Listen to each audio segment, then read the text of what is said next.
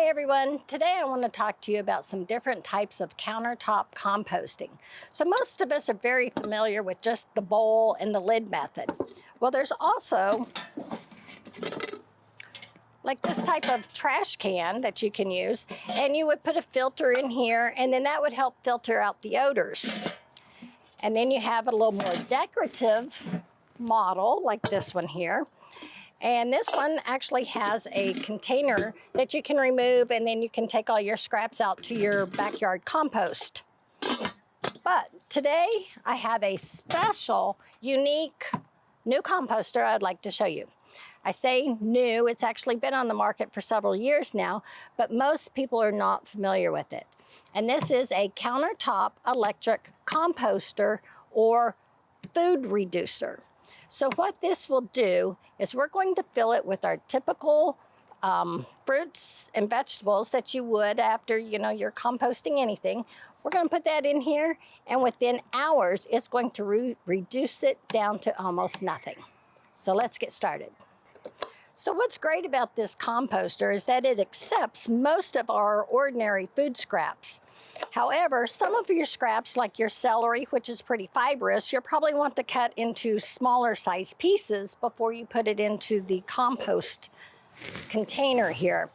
Potatoes are also one that you would want to slice up into some smaller pieces. And you don't want to fill this with just like carbohydrate kind of potatoes, starchy foods, breads, that sort of thing. Bananas, you want to slice those up, get those into some smaller chunks. If you're like me and you love mushrooms, but you forget you bought them and they go bad, just cut those up, add those to your little composter bin here. Tomatoes are another one that you would want to slice up because you don't want this big piece of fruit in your composter. And then we have like the stickers that come on some of our fruits. You want to make sure you peel those stickers off before you put those, the fruit into the compost. And you don't want to put the pit, no peach pits or cherry pits or that sort of thing in your composter. So we're just going to cut that up as well. Okay, and then like me, you may have some old lettuce, so you can just put that in there, or salad. Coffee grounds, you can even put coffee grounds in. So what I do is I just take my little Keurig pod, take a knife, gently cut around the edges of it, take that foil off, and then I would just dump my grounds in here, and it actually has a paper filter in there that will go in here as well. And then you can use this little pod since it already has a hole in the bottom, and you can start seeds in here. So the last thing I'm going to talk about putting in here, which is very unusual, and we always say you don't add meat, you don't add dairy to a compost. Well, with this system, you can add meat and you can add dairy. The reason we don't normally add meat or dairy into an outdoor compost system is because that attracts animals, and you don't want the animals rummaging through your compost system. So here, I'm going to put shrimp in, I'm going to put some carrots, and I'm going to put some leftover chicken nachos.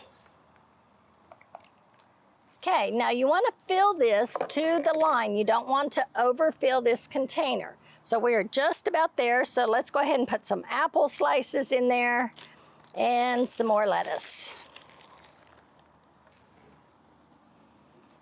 Okay, so now we're ready to just put the lid on, and I'll show you where to lock it into place. Push the start button. The first cycle this is going to go through is a drying cycle. And so it's going to dry down all that moisture that's in these vegetables and the fruits that's in here.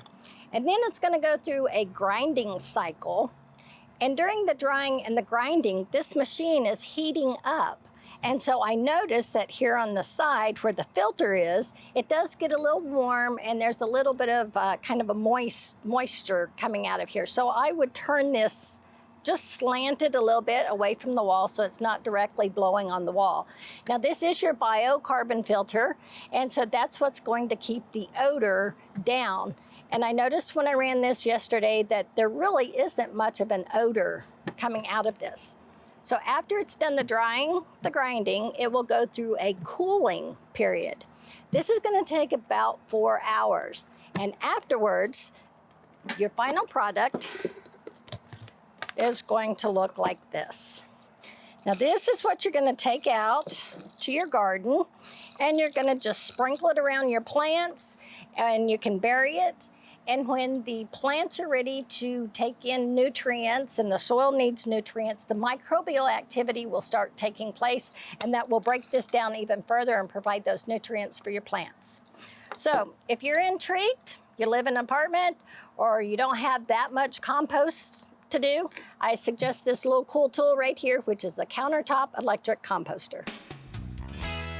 For more information, check out this fact sheet.